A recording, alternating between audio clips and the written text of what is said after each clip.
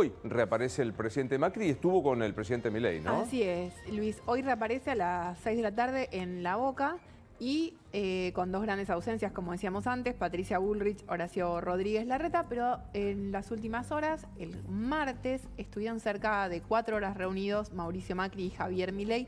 Macri lo visitó en la residencia de Olivos. Por ahora hay total hermetismo de lo que se conversó ahí. La última vez que ellos habían visto fue en la firma del Acta de Mayo en la Casa de la Independencia en San Miguel de Tucumán, donde después de eso se dejó trascender desde el macrismo que había mucha molestia con cuál había sido el trato que recibió el expresidente. Decían, se vino desde Europa para participar, para darle respaldo a Javier Milei y lo destrataron. Desde Casa Rosada decían, no, de ningún modo existió ese destrato. El presidente fue personalmente a saludarlo. Bueno, lo cierto es que desde entonces no se habían vuelto a ver, no habían vuelto a hablar. Finalmente se vieron, estuvieron 4 horas, ellos dos solos reunidos en la residencia. Un año en mi vida por estar ahí. Y escuchar, aunque camuflado sea, de mozo, ¿no? Absolutamente, O sea, claro. de mosquito bien chiquitito en un rincón, Claro. escuchando todo. 4 horas duró el diálogo, por ahora hay mucho hermetismo en lo que se conversó, pero me arriesgo a decir que sobrevoló, entre otras cosas, el tema de Santiago Caputo, el asesor presidencial, con el cual desde el macrismo había cierto malestar y que ayer salió a hacer declaraciones muy a favor del expresidente. Quiero sumarle a la charla a Sheila Bilker, que siempre un placer recibirla. ¿Qué haces, Sheila? ¿Cómo estás? ¿Cómo andás? Yo veo con esto, hay un Milei reformateado. Digo, ratas, les doy la espalda, francos, hago negociaciones, la ley bases, ahora me reúno con Macri. Incluso a nivel internacional, el tuit de hoy de Milei sobre Venezuela, donde elogia enormemente a Brasil, se distancia del comunista Lula. O sea, Convive, no se distancia, convive. A mí me gusta. Yo te diría ambivalencia, ¿no? Digamos, hay discurso, hay para todos los gustos. Es ¿no? buena Digamos, me parece que coexiste. Como coexiste, nada, una reunión de 4 horas, un presidente cediendo 4 horas de su tiempo con los maltratos de la firma del día, ¿no? Digamos que realmente hubo un poco, no sé si maltrato, destrato, por ahí es un poco fuerte la palabra maltrato, destrato por ahí es un poquito más suave, pero coexiste, digamos. Entonces, esto que vos estás marcando, bueno, viste, en algunos momentos se habló de un giro pragmático, ¿no? Sobre todo cuando ingresó Francos a ser jefe de gabinete. a ser jefe de gabinete. Entonces, yo creo que hay una dimensión muy pragmática del gobierno y hay una dimensión muy radicalizada, orientada a sostener identidad. Y esos dos mundos coexisten. Claro. Y esa ambivalencia, ese ADN confuso o un poco en tensión, bueno, también forma muy parte interesante. de este... Claro, porque vos decís, es verdad que las dos cosas se sostienen. Mirá redes, mirá comunicadores libertarios, que ahí incluye a todos, están radicalizadísimos. Sí, y el propio Milei retuiteando cosas muy duras sobre Lula en el último tiempo mientras se agradece la embajada. O sea, se da todo en simultáneo, ¿no? Todo al mismo tiempo, en el mismo lugar y con sentidos contrarios. Gran película, de paso. Si no vieron esa película, es obligatorio que vayan a ver esa película. Ahora, en este marco, quiero decir, siempre el carril económico es decisivo para cosas que pasen. ¿Qué estás viendo vos en los focus, en las encuestas? El malestar sigue estando, la percepción de desempleo crece, o sea, baja, por supuesto, la preocupación por la inflación, aunque encontró un piso en el último tiempo, ¿no? Como que ya no sigue cayendo, como que hasta acá, lo que hay rinde hasta acá. Pero crecen otros problemas económicos. Crece aumento de tarifas, recién hacían el informe, ¿no? Digamos, si ya es una preocupación, o sea que estimo que se va a intensificar, crece aumento de tarifas, crece desempleo, crece pobreza, crece bajos salarios, ¿no? Digamos, entonces lo que vos ves es un desplazamiento de la preocupación económica de la inflación a estos otros 4. ¿Domina alguno? No domina uno en particular, crecen todos, todavía no hay bueno, pobreza, por supuesto, en nuestras mediciones está un poco más alto la preocupación por la pobreza. Pero te diría, todos crecen un poquito, no es que hay uno que reemplaza inflación. Entiendo. ¿no? Digamos, es ese corrimiento. Bien. Déjame ir un segundo a la parroquia del PRO, que hoy, como decía Celia, aparece Mauricio Macri. Anoche estuvo Patricia Bullrich. Yo no recuerdo que alguna vez dijo, no nos ponemos de acuerdo. Mirá la Patricia Bullrich. A llorar ¿Es del PRO? Yo soy del PRO. Fuiste presidenta hasta Lo hace... que no me siento es opositora. Es decir, me parece que la discusión en el PRO es, ¿sos oficialista o sos oposición? ¿Y hoy qué son? Y, bueno, yo creo que el PRO tiene que ser oficialista. ¿Te sentís representada por las ideas de Mauricio Macri? Bueno, estoy esperando a ver qué termina planteando. Porque, digamos, el otro día lo escuché decir, yo soy oposición. Bueno, si ese es el planteo, yo creo que el votante del PRO y la mayoría de la dirigencia del PRO no se va a sentir oposición. Pero bueno, él tiene todo el derecho de querer ponerse en ese lugar. No entiendo muy bien por qué. ¿No hablas con él? Sí, hablo, pero, digamos, no nos ponemos de acuerdo con esto. Entonces, ¿cómo se dirimen los conflictos cuando no te pones de acuerdo? Bueno, ¿cómo se dirimen? Y se dirimen con el voto, como los dirimí yo con Larreta. Está lindo eso, ¿eh? Bueno, creo que la ausencia de hoy de Bullrich y también de Horacio Rodríguez Larreta lo pone a Mauricio Macri en una situación de... pone en cuestión un poco el liderazgo de Mauricio Macri, que no ha logrado contener a su gente, ¿no? Digamos, el resultado de las elecciones, hay 10 gobernaciones. Juntos por el Cambio, ¿cuántas gobernaciones van a asistir hoy al acto? Jorge Macri, por la Ciudad de Buenos Aires, bueno, gobernación, ponele, jefe de gobierno. Sí, bueno, pero... Rogelio Frigerio, por Entre Ríos, Ignacio Torres por Chubut, y Puyaro, veremos... pero bueno, Puyaro, pero no va a ir porque no es PRO. Bueno, es cierto, es radical, no es PRO, está bien. Pero bueno, la pregunta es hasta dónde puede contener, o sea, eso empezó a estallar. El otro elemento por ahí interesante para considerar es qué pasa con las reacciones ante los sucesos políticos y públicos, cómo responden los electores amarillos, los electores de Juntos y los electores de Milei, ¿no? Los electores de Milei y los de Patricia, en general tienen una postura común. Entonces lo que vos ves es que la gran dificultad que va a tener, la gran dificultad que va a tener Macri para hacer el sí pero no, un camino muy difícil, ¿no? Digamos, cómo desmarcarse ese camino del medio, es cómo hablarle a un electorado que ya está, o sea, que ya responde de un modo asimilado. Incluso te diría asimilado en las encuestas cuantitativas, pero también asimilado en términos discursivos. O sea, plantea las mismas palabras, plantea las mismas reacciones. O sea, hay una asimilación, uno podría decir, Milei le capturó el voto. Milei capturó... Tan es así que Bullrich dice ayer en la nota, el discurso que da Milei en la rural... Dice, si lo daba Macri, ¿les hubiera parecido distinto? Y ella dice, no, es el mismo que hubiera dicho. O sea, es verdad, le capturó, esto como vos decís, ¿no? Entonces ahí hay una gran dificultad. También es una dificultad, creo, a ver, es un desafío. Más que una dificultad, un desafío muy importante. Hay que ser muy inteligente para poder lograrlo. ¿Cómo establecer ese sí pero no? ¿No? Digamos, creo que es el gran desafío que viene. Claro.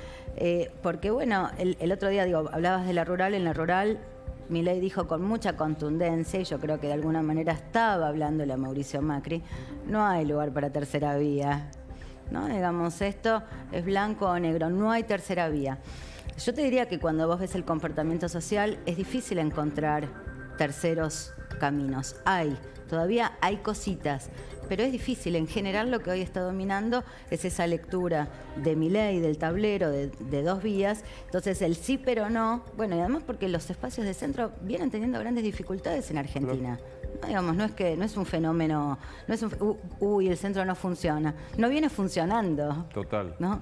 Y del lado de más oposición directa como el peronismo, ¿qué puede pasar o qué está pasando ahí? Bueno, mira, ahí también hay un poco de fragmentación, o sea, hay un problema para componer un liderazgo de consenso de todos los actores. Hoy, cuando vos mirás en términos de opinión pública, la figura como con más proyección es la de Kicillof, o sea, hay un tándem, te diría, Milei versus Kicillof, pero bueno, todavía creo que falta correr agua. Creo que hay una demanda también de cierto peronismo, yo te diría, de dar un paso. También la sociedad pone a Cristina en un lugar, un segmento de la sociedad miro ese electorado en particular, el electorado peronista, la pone en un lugar de prócer, pero la pone en el pasado, lo ha dado todo, ¿no? Digamos, la cuentan... No, la te cuentan pregunto justamente porque supongo que eso favorece también al gobierno, que esté fragmentado, sobre todo esa porción del electorado, ¿no? Bueno, hay un problema en el liderazgo. Todavía no yo te diría, no en términos de opinión pública. Ese 44% se mantiene duro en el rechazo, es un poquito más alto y se mantiene duro en el rechazo, te diría incluso tiene niveles de intensidad muy altas en relación con el gobierno, o sea, le dicen un no rotundo, rabioso, ¿no? Digamos, o sea, son muy críticos con el gobierno. Entonces vos tenés una demanda que todavía es compacta y tenés una oferta, es decir, la cúpula política, que bueno, que todavía no termina de dirimir posiciones, ¿no? Digamos, y creo que además cometen algunos errores, ¿no? Por ejemplo, la falta de postura, de una postura al estilo Brasil o Colombia, el silencio en relación con lo de Venezuela, yo creo que es un problema, sobre todo porque Cristina perdió las elecciones, mostró los números rápidamente, entregó el poder, luego volvió a ganar como vicepresidenta, perdió nuevamente, volvió a entregar el poder, o sea, el ejercicio democrático estuvo cumplido, o sea, hay una vocación democrática ahí, digamos, que está cumplida. El caso de Lula también. Lula perdió las elecciones y se retiró. Total. Y volvió a ganar. Ahí podés discutir lo que quieras, pero eso pasó. Digo, y acordate que el Scioli-Macri fue 2% de diferencia. Absolutamente. O sea, y nobleza obliga... Entregaron el poder, acá está la llave. Pero ¿te acordás? Creo que eran las 9, 10 de la noche, temprano, en la elección cuando gana Macri, que Scioli sale rápidamente a reconocer la derrota, a pesar de que había algunos que le decían, aguantá, son pocos. Eso es un tema. ¿Pega en el electorado cómo te pares frente a Venezuela o es solo una cuestión de frasco nuestra? Mira, hasta ahora este caso todavía no sé. Por supuesto que acelera posiciones políticas en nuestro país y en el mundo. O sea, eso no cabe duda. En términos de opinión pública, no sé. Lo que sí te puedo decir es... Venezuela era un tema argumentativo, sobre todo en el electorado opositor.